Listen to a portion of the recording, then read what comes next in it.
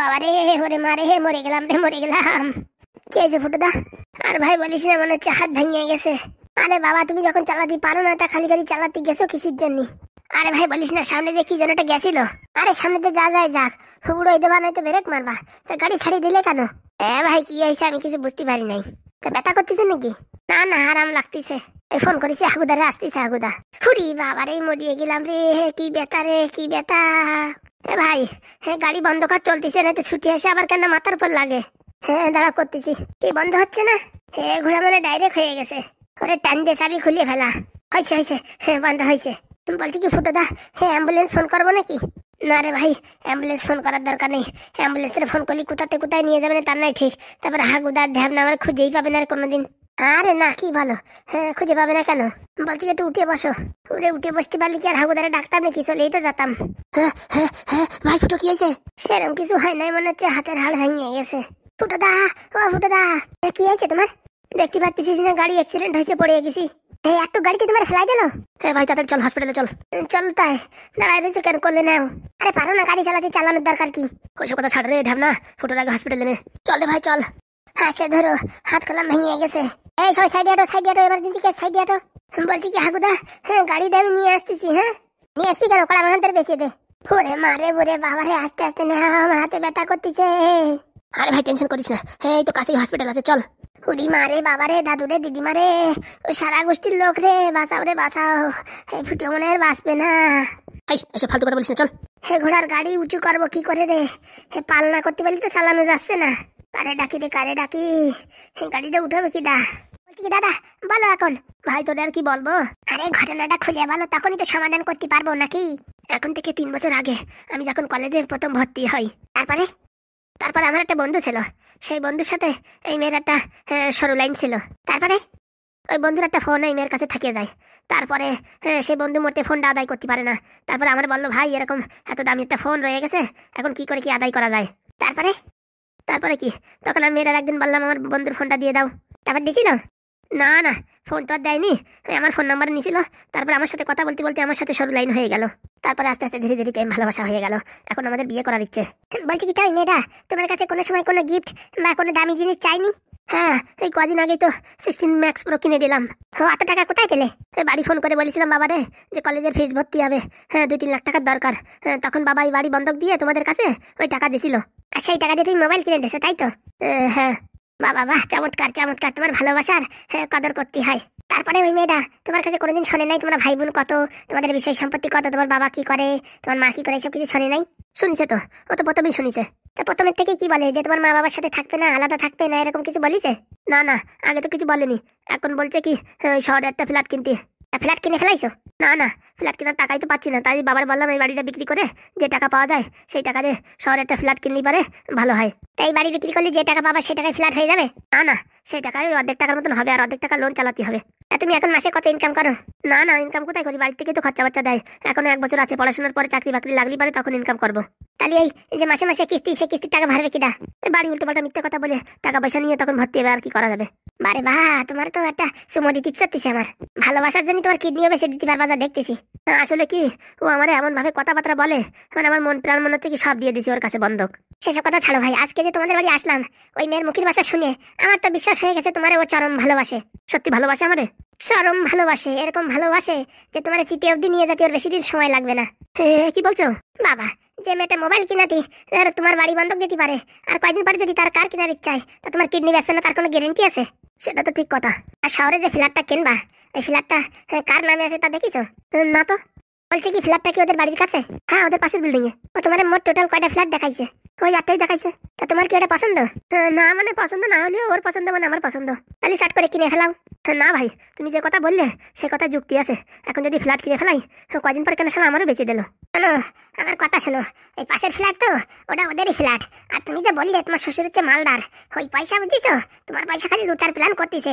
ওই ফ্ল্যাট ওদেরই, ওই টাকা নেবে আর তুমি ওই ইএমআই ভর্তি পারবে না, কিস্তি। তোমার বলবে কি তোমার ফ্ল্যাটও গেছে টাকাও গেছে, বুঝতে পারিস? হাতে হ্যারিকেন ধরে নাতি মারে বাড়ির থেকে বের করে দেবে। কারণ কি ওই মেয়ের কথা শুনেছি, ওর কথার ভিতরে কোনো ভালোবাসার সিগন্যাল আমি দেখতে পারিনি যে তোমার প্রতি ভালোবাসা আছে। ও তো শুধু অহংকারী মেয়ে, ওর খালি টাকা ছাড়া আর কিছু চেনে না। ঠিক বলিছো ভাই, এখন আমি কি করি? শোনো, এখন তোমার উপর অনেক বাধা আসবে। কিরকম বুঝতে পারিস? তোমার কাছ থেকে এই টাকাটা লুটে নেওয়ার জন্য ও অনেক চেষ্টা করবে, কিন্তু এই পাদু থাকতে তা কোনোদিনই হতে দেবে না। আমার কথা মতন যদি চলো, 1 টাকা কি উল্টে ও আরো তোমার টাকা দিতেই হবে। সত্যি বলছো ভাই? পাদু কখনো মিথ্যে বলে না, বুঝতে পারিস? তাহলে এখন আমি কি করবো? আপাতত তোমার কোনো কাজ নাই, তুমি ক্যাতা কম্বল মুড়ি দিয়ে ঘরে শুয়ে থাকো। যখন সমস্যা লাগবে, তোমার মনে হচ্ছে যে সমস্যা তোমার ঘরে উঠে এসে পড়িছে, তখন পট করে আমার ফোন করবা, বুঝতে পারিস? আর ওই মেয়ে যদি তোমার ফোন করে, বলিস 24 ঘন্টা পরে ফোন করবে, ফোন ধরার কোনো দরকার নাই। আর যদিও বা ধরো, বাদ বাকি আমার বাদ হজম হয়েছে, পাতলা পায়খানা হয়েছে, ডায়রিয়া, ম্যালেরিয়া, মোটামুটি একটা বলবা, ঠিক আছে? বলছি ভাই, তুমি ছোট হলে কি হবে? তোমার মাথায় যা বুদ্ধি ভরা না, মনে কি ম্যাগনেট ভরা, ম্যাগনেট। সে তো একটু আছে। আমি এবার বাড়ি যাইবি, আমার অনেক কাজ আছে। কোনো সমস্যায় পড়লে তখন ফোন করো, হ্যাঁ? তোমাদের বাড়ি অনেকদিন থেকেছি তো, তোমাদের একটু কাজ আমি করেই দেবো। সত্যি ভাই, তোমার মতন ব্রিলিয়ান্ট ছেলে আমি জীবনে দেখিনি। আমার জীবনটা তুমি বাঁচাই দিলে, এবং আমার বাবা মারে তুমি বাঁচাই দিলে, নয়তো তারা তো ফকির হয়ে যেত। ফকির? রাস্তায় ভিক্ষা কত ভিক্ষা। আরেকটা কথা জিজ্ঞেস করবো, ওই মেয়ের কোনদিন ফোন করে তুমি ব্যস্ত পাইছো? যখনই ফোন করি তখনই ব্যস্ত বলে। মামা ফোন করেছে, মাসি ফোন করেছে, মা ফোন করেছে, বাবা ফোন করেছে। ওর 14 গোষ্ঠীর কেউ ফোন করে না। ওর তোমার মতন এরকম 2-4টে বয়ফ্রেন্ড ধরা আছে, বুঝতে পারিস? ওইখানে থেকে ওদের মেনটেনেন্স চলে। কথাটা ঠিক বলিস। আমার একটা বন্ধু বলেছিল সেদিনকে ওর একটা ছেলের সাথে দেখিছে, তা আমি তো বিশ্বাস করিনি। শোনো, ওই ফাদের থেকে এখনো সরে আসো, নাই তো গলা ফাঁসলি পারে না, বেরোতে পারবা না ঢুকতে পারবা। মোটামুটি কড়াইয়ের কালি হয়ে ঝুলিয়ে থাকবা, বুঝতে পারিস? ভাই তুমি আমার বাঁচালে রে ভাই, তোমার যে কি বলে ধন্যবাদ দেবো? ধন্যবাদ এখন তোমার কিছু দেওয়ার দরকার নেই। যদি আমার কোনো সময় ধন্যবাদের দরকার হয়, তখন আমি চাইয়ে নেবানি। ঠিক আছে ভাই, ঠিক আছে। আর ভাই বলছিলাম, আমি কলেজে যাবো না তাহলে এখন? আপাতত 1-2 সপ্তাহ যাইয়ে না, কেসটা আগে সেটেলমেন্ট করে দিই, তারপরে, বুঝতে পারিস? ঠিক আছে, তাহলে আমি এখন অনলাইনে পড়াশোনা করি। তাই করো, মনোযোগ দিয়ে পড়াশোনা করে চাকরি বাকরি পাও, মা বাবার নাম একদম রোশন করো, বুঝতে পারিস? ঠিক আছে ভাই, ঠিক আছে। তুমি বাঁচালে ভাই, তুমি বাঁচালে। আমার মন টন খারাপ হলে তোমাদের ফোন করবানি। আমাদের ফোন করবা, ফোনে তোমাদের এমন ডোজ দেবো না, 7 দিন পর্যন্ত সেই চার্জিং চলতেই থাকবে। ঠিক আছে ভাই, অনেক অনেক ধন্যবাদ। ঠিক আছে দাদা, আসি তাহলে, আমার এখন সময় সীমিত, আমার এখন বাড়ির দিকে রওনা হতে হবে। ঠিক আছে। পাদুর চোখের সামনে অন্যায় হয়ে যাবে, তা তো কোনোদিন সহ্য করবে না। বড় লোকের বেটি দেখাচ্ছে, এমন চাইট দেবো না, জীবন পুরো একদম অন্ধকার করে দেবো। বললি হবে না, ছোট্ট ছেলে হলে কি হবে, মাথায় বিশাল বুদ্ধি। যাই দেখি, বাড়ি গিয়ে মা বাবার কাছে ক্ষমা চাইয়ে আবার পড়াশোনা শুরু করি। বলছি হাগুদা, ডাক্তার বাবু কোথায় গেল? আরে ফুটো দা, তো টেনশন করে না, আপাতত আমি এখন ডাক্তার, তোমার কিচ্ছু হয়নি, তুমি চুপচাপ বসে থাকো, বুঝতে পারিস? ডাক্তার বাবু হাগু করে আসলেই তোমার রিপোর্ট দেওয়া হবে। বলছি কি ঢ্যাবনা ফাজলিমি করিস না, এমনি ফুটোর ভালো নেই, তুই ফাজলিমি করছিস। ওই যে ঢ্যাবনা ডাক্তার বাবু আসছে, চেয়ার থেকে ওঠ। বলছি কি রুগী কোথায়? কেন ডাক্তার বাবু, আপনি কি চোখে অন্ধ নাকি? বেডের উপর বসে আছে, মাথায় হাতে সব জায়গায় ব্যান্ডেজ, দেখে চিনতে পারতেছেন না? আরে কিরকম কথা বলছো তুমিও? আরে ডাক্তার বাবু, ওর কথায় কিছু মনে করবেন না, ও একটু পাগল আছে। ওরে বাবারে মারে, হাতে ব্যথা জ্বালা বাড়তে জন্য মরে গেলাম, মরে গেলাম। বলছি কি ঢাবনা তুই এদিকে আয়। এই ডাক্তারের দেখে আমার কিন্তু জুতির মনে হচ্ছে না। তা বলছি এক্সরে করেছো? আপনার পিছনে টানানো আছে দেয়ালে। এ বাবা, এত সুন্দর করে কে টানালো? আপনি হাগু করতে গেছিলেন, তো ভাবলাম সময় আছে, তাই আমি টানাই দিছি। বাবা ভেরি গুড। কি ডাক্তার বাবু ভেরি গুড বলছেন? এদিকে আমার জীবন বেরোয় যাচ্ছে আর আপনি ভেরি গুড বলছেন? না, খুব ভালোভাবে টানিয়েছে সেটা বলছি। এক্সরে দেখে তো মনে হচ্ছে হাড়টা ভেঙে গেছে, মনে হচ্ছে প্লেট বসাতে হবে। আরে বাবা, মনে হচ্ছে কি বলছে, একদম কনফার্ম বলুন। কনফার্মই বলছি, ওই ভাঙা জায়গায় ওখানে প্লেট বসাতে হবে। কি বলছে? হ্যাঁ, আমি প্লেট বসাতে পারবো না। ও বাবা, হাত কেটে প্লেট বসাবে? ওর ভিতরে আমি নেই। বলছি কি ডাক্তার বাবু, ওই প্লেট না বসিয়ে অন্যভাবে ঠিক করা যায় না? না, প্লেট বসাতেই হবে, নাহলে ঠিক হবে না। বলছি কি ডাক্তার বাবু, আপনি কোন ক্লাস অব্দি পড়াশোনা করেছেন? আমি ডাক্তার লাল, MBBS। আমাদের গ্রামে একটা ডাক্তার মদন আছে, বুঝছো, ক্লাস 5 অব্দি পড়িছে। তা দেখে যা মনে হয় তোমার থেকে তার নলেজ বেশি। ও হলি তো টান দিয়ে ঝক করে ঠিক করে দিত। শোনো বাবা, যে ডাক্তারের কাছে যাও, ডাক্তার সব এক কথাই বলবে, এসব ফাজলামি কথা আমার কাছে বলো না, বুঝতে পারিস? 500 টাকা ভিজিট দিয়ে কি আপনার কাছে এইসব হাবিজাবি কথা শুনতে আইছে নাকি? হ্যাঁ, প্লেট বসাতে হবে, বসাতে হবে। হ্যাঁ, প্লেট বসাতে হলে আপনার কাছে আসবো কিসের জন্য? ওই যারা এই লোহা ঝালাই মেলাই করে তাদের কাছে যাই ঝালাই করে নিয়ে আসবো, আপনার কাছে আসবো কিসের জন্য? বলছি কি দাদা, আপনি কি মেন্টাল আছে নাকি? মেন্টাল তো 14 গোষ্ঠী, আর দুহাতো কথা বলবি না কিন্তু, বুঝছিস? ডাক্তারি করিস বলে নিজের হিরো ভাববি না, বুঝতে পেরেছিস? তোর মতন ডাক্তার আমাদের গ্রামে সব হাঁটিয়ে বেড়ায়, বুঝতে পেরেছিস? কি ধরনের কথা বলছি? ডাক্তার বাবুর কথা কিছু মনে করবেন না, একটু ম্যাড আছে। ম্যাড মানে আসতো ম্যাড। অন্য কোনো রাস্তা আছে সেটা বলো, নাহলে আমি চলে যাচ্ছি। অন্য কোনো রাস্তা নাই মেন্টাল বাবু। শোনো হাগুদা, আমাদের গ্রামে একটা হাসান বুড়ি আছে, সে হাসান বুড়ির কাছে নিয়ে গেলি হাড় জোড়াই দেবে। ও বাবা, তাই নাকি? 17খানা হাড় ভেঙে গেলি তাই জোড়াই যাচ্ছে, আর একটুকু। তুমি খালি ডাক্তার হয়েছো ঘোড়া নামে, লোকের ফাও পয়সা খেয়ে খেয়ে পেট মোটা বানাচ্ছ। বলছি কি, তুমি যেহেতু মেন্টাল, তাই তোমার কথা আমি সিরিয়াস নিচ্ছি না, বুঝতে পারিস? সিরিয়াস নেবা কিসের জন্য? তুমি যে কাজ করো সেই কথা বলিস তো, এর জন্য সিরিয়াস হয়ে গেলি সবাই বলবে না সত্যি কথা বলিছে, এর জন্য তুমি হাসতিছো, দাঁত খেলাচ্ছ। অনেক সহ্য করেছি, বেরো ওখান থেকে, বেরো। দরকার নেই, তোমার হসপিটালে আমার আসার কোনো দরকারও নেই।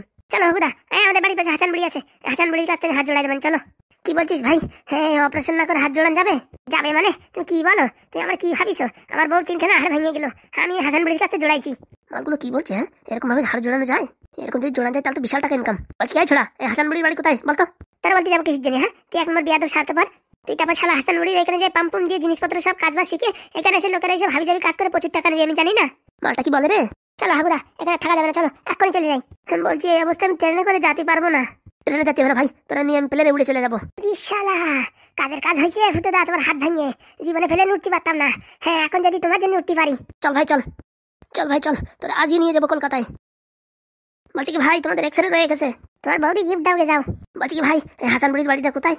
তোমার বউর বাপের বাড়ির ডান দিক দিয়ে গিয়ে বাউ দিক দিয়ে গিয়ে 3 মাথার আলীর সামনে উক করে চেঁচান দেওয়া যে গ্রামে আওয়াজ যায় সেই গ্রামে বাড়ি।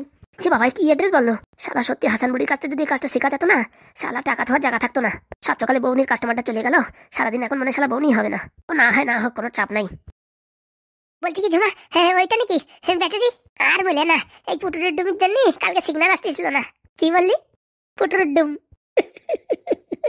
যা যা তাড়াতাড়ি সেট করে দে, বাড়ি কেউ নেই। আমি দিচ্ছি দিদি সেট করে। এই দিলাম সেট করে, তাড়াতাড়ি করে ঝুমা তাড়াতাড়ি কর। কেন দিদি কেউ আসে নাকি? আরে বলা যায় এদের বাড়ি এত লোকজন কোথা থেকে ঢুকে পড়ে, তাড়াতাড়ি কর। এই হয়ে গেছে লাস্ট ফিনিশিং। চলো দিদি কাজ কমপ্লিট, আমি এই পেজে যাচ্ছি, তুই পেজে যা। যাই দেখি তাড়াতাড়ি কেটে পড়ি। এই হ্যাঁ দাদি কোথায় যাচ্ছিলি রে? কে চম্পা নাকি? কেন চোখে দেখতে পাস না? বলছি কি তোমাদের বাড়ি আসছিলাম, হ্যাঁ এটা পেঁয়াজ আছে নাকি? পেঁয়াজ চাইতে আইছিলাম। নাটক মারাবি না, সত্যি করে বল কিছু তো নিয়ে চলি। না না সত্যি বলছি, হ্যাঁ পেঁয়াজ আর কাঁচা লঙ্কা মুড়ি মাখায় খাবো। আমাদের এখন ঘরে স্টোভ উনুন নাই তো কিছু, তাই একটা মুড়ি আনিছি, পেঁয়াজ দিয়ে লঙ্কা দিয়ে মাখায় খাবো। কি বলি হারান দাদি? হ্যাঁ আরে লাল ব্যাটারি, হ্যাঁ আরে বলছিলাম কি একটু পেঁয়াজ আর একটা লঙ্কা নিতে আইছিলাম। তোর আমাকে মিনছে দেখিস না, বাড়ির লোকজনই তো বাড়ির ভিতরে ঢুকলি কিসের জন্য? এখন যদি বলি আমাদের 10,000 টাকা চুরি হয়ে গেছে তখন? ও মা এ কি অলক্ষণের কথা? তুই সত্যি করে বল আমাদের ঘরের ভিতরে কিছুদিন ঢুকেছিলি? আরে বাবা ওরকম করছো কেন? একটা পেঁয়াজ একটা লঙ্কা আনার জন্য ঢুকেছিলাম। তুই মিথ্যে কথা বলছিস। আজকে বিকেলবেলা জল ফোড়া দিয়ে হবে গ্রামের লোকজনের সামনে, দাঁড়া তো সত্যি বের করাবো। হ্যাঁ জল পড়া মানে? এই গ্রামে এক বুড়ি আছে, সে জল পড়া দিলি পারে, খাওয়ার পরে সব সত্যি কথা বলে দিবি। তুই কিসের জন্য আমাদের বাড়ি ঢুকেছিলি কি না ঢুকেছিলি সব কথা বলে দিবি। দাঁড়া তোর একদিন কি আমার একদিন। আজকে পাদু ভাগ্নে আসুক, বাড়ি আসুক, তারপর দেখ গ্রামের লোকজন ডাকি তোর জল পড়া খাবো। আরে বাবা ভুল হয়ে গেছে, আর কোনোদিন তোমাদের বাড়ি ঢুকবো না। একটা পেঁয়াজ একটা লঙ্কার জন্য ঢুকেছি, তার জন্য তুমি এরকম করছো? আমরা জানি তোরা কিসের জন্য ঢুকেছিস, আমাদের মারার জন্য। না রে সত্যি বলছি, হ্যাঁ আমি কিচ্ছু করিনি। কিছু যখন করিস তাহলে ভাই পাচ্ছিস কেন? বিকেল 4টার সময় এখানে হাজির হবি, বুঝতে পারছিস? আজকে তোর চাল ফোড়া দেওয়া হবে, জল ফোড়া সব দেওয়া হবে। চাল ফোড়া আবার কি জিনিস? আগোড়া হ্যাঁ তুমি চাল ফোড়া জানো না? ওই খাই দেওয়ার পরে তুই যদি মিথ্যে কথা বলিস তোর মুখ দিয়ে রক্ত উঠে মরবি। হ্যাঁ হ্যাঁ এইসব কি কথা বলছো তোমরা? দাঁড়া তোর অনেক ফাজলামিতে হয়েছে। কালকে তুই ঢুকেছিলি আমাদের ঘরে, হ্যাঁ দাঁড়া আমরা দেখেছি আমাদের ঘরে সব জিনিসপত্র নড়াচড়া ছিল। হ্যাঁ না সত্যি বলছি, আমি ঢুকিনি।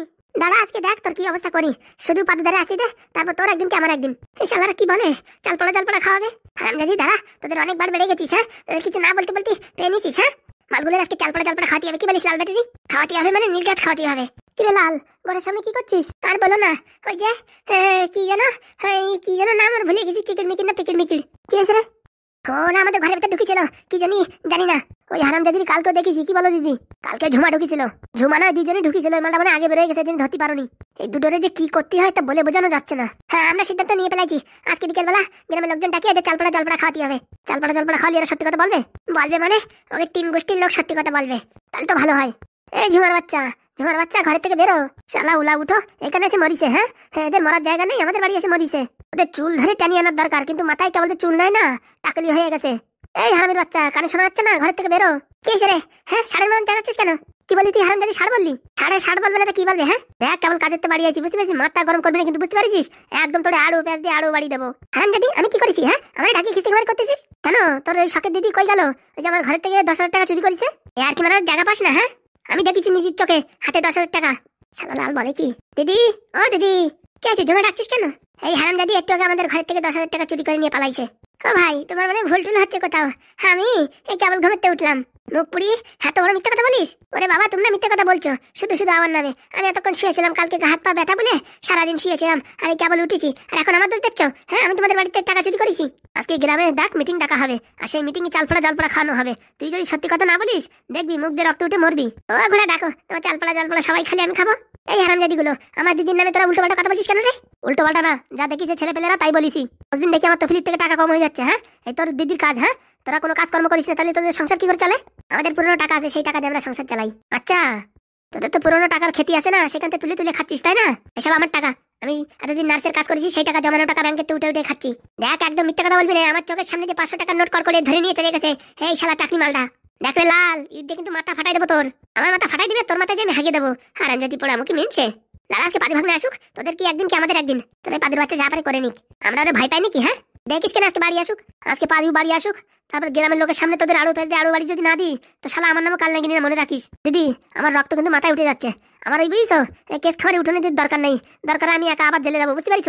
এই দুটোরে একবার ধ্বংস করে দিয়ে তারপরে জেলে যাবো। হ্যাঁ সেটা তো তুই করবি, সেটা করবি না? তুই আমাদের মেরে দিয়ে জেলে যাবি, ফুটো আসে তোর জামানত দিয়ে বিয়ে করবে, তাই কি না? আমি জানি না ফুটোর সাথে তো সরু লাইন আছে। দেখ আরেকবার দেখ ওই উল্টো পাল্টা কথা বল, এখনই তো জুতো খুলে তোর মুখই বাড়বো। সত্যি কথা করলি গায়ে লাগে, তাই কি না? হ্যাঁ বোন ঠিকই বলেছিস, ফুটোর সাথে সরু লাইন আছে। আরাম যদি হ্যাঁ আর বললি বল, উল্টো পাল্টা কথা বললি বল। মার তোর মারে আমার লাগে না, মার মার মার মার যত পিস মার। দাঁড়া তোদের কিচ্ছু হয় না, দাঁড়া মারো, দাঁত ভেঙে দাও মারগুলোর। তুই বাবারে বাবারে বাবারে মরে গেলাম রে, মরে গেলাম। তুই মারে উড়ি মারে এমনি মজা হবে, তার মজা লাগতো রে। বল আর বলবি ফুটোর সাথে সরু লাইন আছে বলবি? আরে ছেড়ে দে মরে গেলাম, আর বলবো না কোনোদিন, ছেড়ে দে। আরাম যদি হ্যাঁ হ্যাঁ আর বলবি বল। সকালবেলা সারাদিন কাজ করে এসে তোদের হাবি কথা শুনবো? হ্যাঁ আরে মারো মারো, নাকের মাথায় মারো। আরে মরে গেলাম রে, মরে গেলাম। উড়ি বাবারে ছেড়ে দে খাঞ্জা মাছি দিয়ে ছেড়ে দে। আর ঢুকবি আমাদের ঘরে বল? ওরে না এই জন্মে কি সারা জন্ম ঢুকবো না। ওরে বাবাটা প্যাজ নিতে এসে তোমার ক্ষমতা বুঝতে পারিনি। আসলি কালকে ঢুকেছিস? হ্যাঁ ছেড়ে দে আর আসবো না কোনোদিন। উড়ি মারে মরে গেলাম। দেখ কেমন লাগে হ্যাঁ আমাদের সাথে ফাজলামি। ওই ঘরের ভিতর ঢুকে এটা নাড়াচাড়া করবা? হ্যাঁ কোথায় কি বিষয় রাখবে, তারপরে মাথায় মারবো, তারপরে আরেক ঝামেলা। বলছি জানো কিরকম কি দেখে আসলি? আর বলবা না মা, ওদের যে বাড়ি আছে ওই বাড়িটা বিক্রি করলে প্রায় 30-40 লাখ টাকা পাওয়া যাবে। একদম ওই টাকাটা একদম আত্মসাৎ করতে হবে, আর কোনো রকম যেন বুঝতে না পারে। মালটা আসলো না যে, ওরে এমন ঝাঁটানি দিয়েছি না রাত ভরে ঘুমাতে পারবে না। সকালে দেখবা নেড়ি কুত্তর মতন দৌড়তে চলে আইছে। আমার প্রেমের ফাঁদে পড়েছে, ও বের হয়ে যাবে অত সোজা না। বলছি কি মা বাড়ি কি এই স্প্রে আছে, মুভ স্প্রে? হ্যাঁ ছোটটা বাচ্চা পায়ের নখে গুদুম করে পাড়া দিচ্ছে, বুঝতে পারিস? রক্ত জমা হয়ে গেছে। কোথা খারাপ ছোট বাচ্চাদের পাড়া দিল। আর বলে না ওদের বাড়ি থেকে যখন বেরোচ্ছি ছোটটা বাচ্চা আসে গুদুম করে আমার পায়েরটা পাড়া দিছে।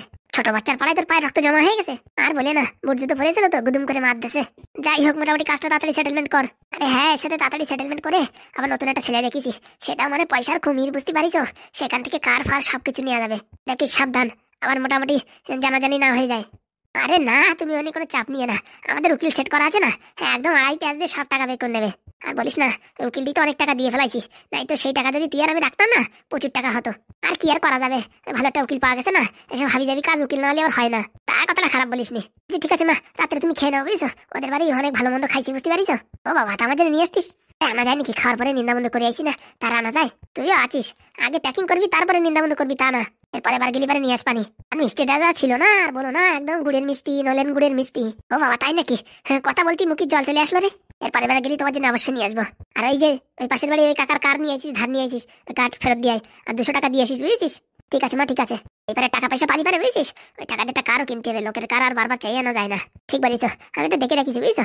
সেই কারটা কিনলে হবে না। যা হাত মুখ দিয়ে শুয়ে পড়। ঠিক আছে মা ঠিক আছে।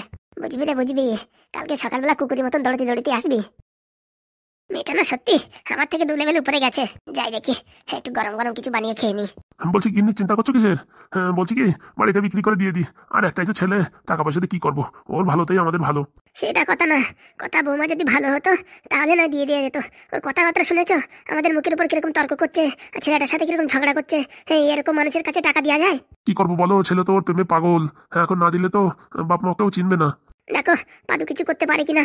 দেখা যাক, নিয়ে তো গেছে, এখন কি বুদ্ধি মাথায় নিয়ে আসে ফেরে তা কে জানে। যতই বুদ্ধি ফিরাক আবার মেয়েটা ফোন করে উল্টোপাল্টা কিছু বললে পারে, আবার কেন বললো বাড়ি বিক্রি করে টাকা দাও। আগো না, এত শিগগির দেওয়া উচিত না। যদি সেরকম পর্যা হয় ফুটো হাগুড়ে বাড়ি আসতে দাও, ওদের সাথে একটু কথাবার্তা বলে বিচার বিবেচনা করে দিও। হঠাৎ করে এরকম একা ডিসিশন নেওয়া ঠিক হবে না। তা ঠিক কথা বলিস, কিন্তু ওরা যে কবে আসবে তা কে জানে। বাবা কি আছে বাবা? বলছি বাবা আমায় ক্ষমা করে দাও। কেন বাবা কি হয়েছে? আমার ভুল আমি বুঝতে পেরেছি। এই ছোট পাদু আমার চোখে আঙুল দিয়ে দেখিয়ে দিল যে আমি যা করছিলাম সব ভুল করছিলাম।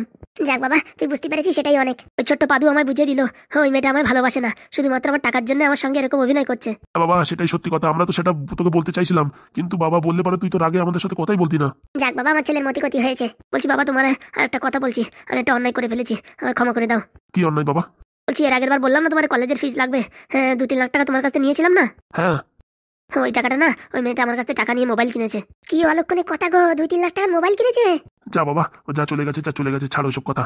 বলছি এখন তুই যদি বুঝতে পারিস নিজের ভুল তাহলে তোর ভবিষ্যৎটা উজ্জ্বল হবে, না হলে তো তোর সব শেষ হয়ে যাবে। 2-3 লাখ টাকার মোবাইল? আরে কিন্তু ছাড়ো, ছেলে যখন ভুল করে বুঝতে পেরেছে ও টাকার কথা ছেড়ে দাও।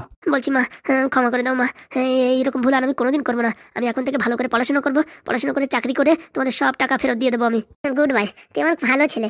একবার ভুল হয়েছে মা, আর কোনদিন ভুল করবো না। এই পাদু আমার চোখে আঙুল দিয়ে সব বুঝিয়ে দিল যে আমি যে পথে চলছিলাম সে পথে একদম খারাপ পথ। ও আমায় বুঝিয়ে দিল আমার বাবা মা আমার জন্য কত কষ্ট করে পড়াশোনা করাচ্ছে, হ্যাঁ সেটা শুধু পাদুই বুঝাতে পারলো আমায়। মা, হ্যাঁ আমায় ক্ষমা করে দিও। আরে বাবা না রে না, হ্যাঁ মানুষ মাত্রই ভুল হয়, ভুল বুঝতে পেরেছি সেটাই অনেক। বলছি বাবা, আমি এখন এখানে 1 মাস থাকবো, তারপরে এই ঝামেলাটা মিটে গেলে পারে তারপর আমি হোস্টেলে থাকবো। আর আমি ওদের সঙ্গে কোনো সম্পর্ক রাখবো না।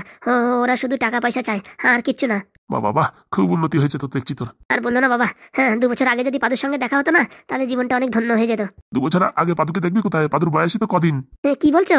হ্যাঁ, ও মাল্টি ট্যালেন্টেড ছেলে। হ্যাঁ বাবা ঠিক বলেছ, ওর কথাবার্তার স্টাইলই আলাদা। বাবা তুই বয়, তোর জন্য আমি একটু খাবার বানিয়ে নিয়ে আসি। না মা, তখনই খেয়েছি, এখন আর খাবো না। যাক বাবা, অবশেষে তুই ভুল বুঝতে পেরেছিস। ও আমার 2-3 লাখ টাকা গেলে কোনো সমস্যা নেই, কিন্তু তুই যে মানুষের মতো মানুষ হবি সেটাই আমার কাছে সব। আমার টাকা পয়সা দিয়ে আমি কি করবো বল? তুই একা, তুই যদি ভালো পথে থাকিস সেটাই ভালো, আর তুই খারাপ পথে চলে গেলে আমাদের সব শেষ। না বাবা, আর ভুল করবো না আমি। ন্যাড়া বারবার বেলতলা যায় না, পাদু আমাকে সেটা চোখে আঙুল দিয়ে বুঝিয়ে দিল।